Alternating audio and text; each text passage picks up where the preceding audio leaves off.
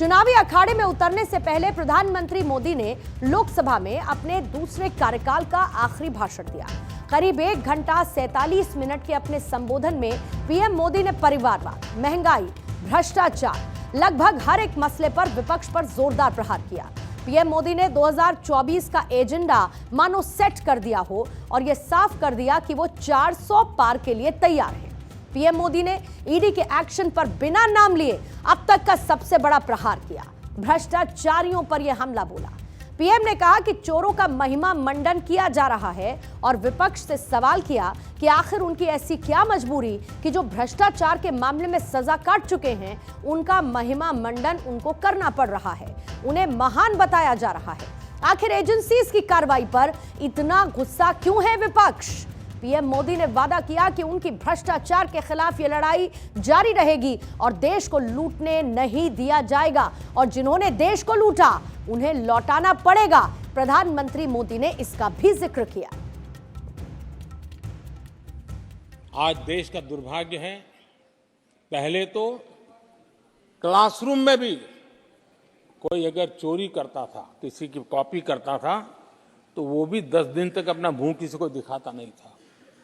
आज जो भ्रष्टाचार के आरोप जिन पे सिद्ध हो चुके हैं, जो जेलों में समय निकाल करके पैरोल पर आए, आज वॉशिंग मशीन से भी बड़ा कंधे पे लेकर के महिमा मंडन कर रहे हैं ऐसे चोरों का सार्वजनिक जीवन में। कहां ले जाना चाहते हो देश को तुम? जो सजा हो चुकी है, मैं ये तो समझता हूं कि आरोप जो है उनके लिए तो आप सोच सकते हैं, लेकिन जो गुनाह सिद्ध हो चुका है, जो सजा काट चुके हैं, जो सजा काट रहे हैं, ऐसे लोगों का महिमा मंडन करते हो आप? कौन सा कल्चर और देश की अभावी पीढ़ी को क्या प्रेरणा देना चाहते हो आप? कौन से रास्ते और ऐसी कौन सी आपकी मजबूरी है?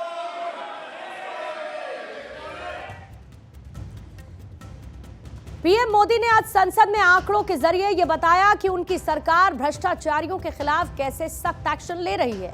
पीएम ने कहा कि पीएमएलए एक्ट के तहत पिछली सरकार से 2 गुने से अधिक केस दर्ज किए गए। कांग्रेस के समय में ईडी ने 5,000 करोड़ रुपए की संपत्ति जब्त की थी और वहीं उनकी सरकार में ईडी ने अब तक 1 लाख करोड़ रुपए की संपत्ति जब्त की। पीएम मोदी ने बताया कि डायरेक्ट बेनिफिट स्कीम से लोग लूटने से बचे और इसके लिए सरकार ने 10 करोड़ फर्जी नाम हटाए हैं, जिसकी मदद से 3 लाख करोड़ रुपए गलत हाथों में जाने से बचाया गया। 30 लाख करोड़ रुपए से ज्यादा की रकम लोगों के खाते में पहुंचाई गई, ये भी प्रधानमंत्री ने बताया। मैं इस पवित्र सदन में फिर से दोहराना चाहूंगा, जिसको जितना जुल्म मुझ पर करना है कर ले, मेरी भ्रष्टाचार के खिलाफ लड़ाई चलती रहेगी। जिसने देश को लूटा है उनको लौटाना पड़ेगा, जिन्होंने देश को लूटा है उनको लौटाना पड़ेगा। ये मैं देश को इस सदन की पवित्र जगह से वादा करता हूं। जिसको जो आरोप लगाना है लगा ले, लेकिन देश को लूटने नहीं दिया जाएगा और जो लूटा है वो लौटाना पड़ेगा।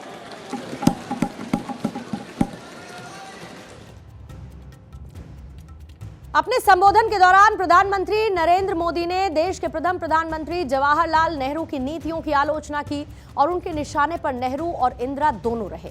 पीएम मोदी ने नेहरू इंदिरा के भाषणों का जिक्र करते हुए उनकी कड़ी आलोचना की। पीएम ने कहा कि नेहरू जी ने स्वतंत्रता दिवस के मौके पर लाल किले की प्राचीर से भारतीयों को नीचा दिखाया और विदेशियों की बड़ाई की। नेहरू भारत के लोगों को नीचा दिखाकर विरोधियों को सर्टिफिकेट दे रहे थे। पीएम ने कहा कि इंदिरा जी की सोच भी नेहरू जी से कोई अलग नहीं थी। कांग्रेस का विश्वास हमेशा परिवार पर रहा। अपने भाषण के अंत में भी पीएम ने जवाहरलाल नेहरू पर करारा वार करते हुए कहा कि कश्मीर की समस्या जवाहरलाल नेहरू की देन थी। नेहरू की गलतियों की कीमत कश्मीर चुका रहा है।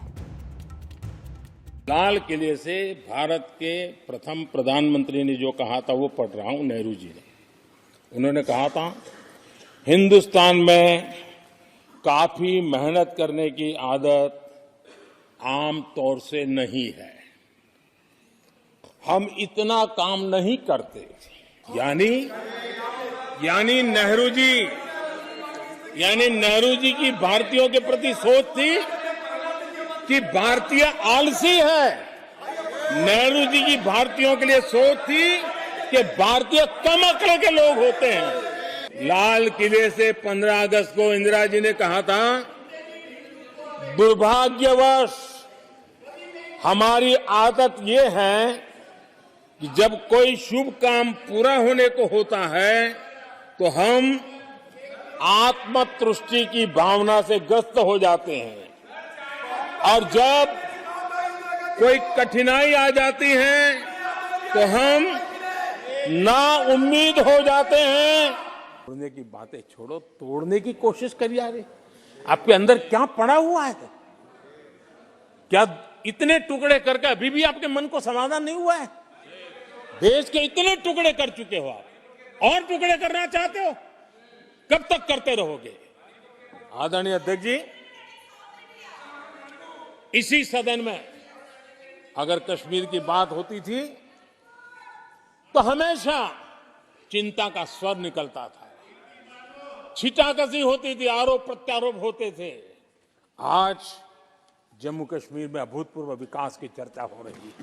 अगर नेहरू जी का नाम लेते हैं तो उनको बुरा लगता है, लेकिन कश्मीर को जो समस्याएं झेलनी पड़ी उसके मूल में उनकी ये सोच थी, और उसी का परिणाम है देश को भुगतना पड़ा।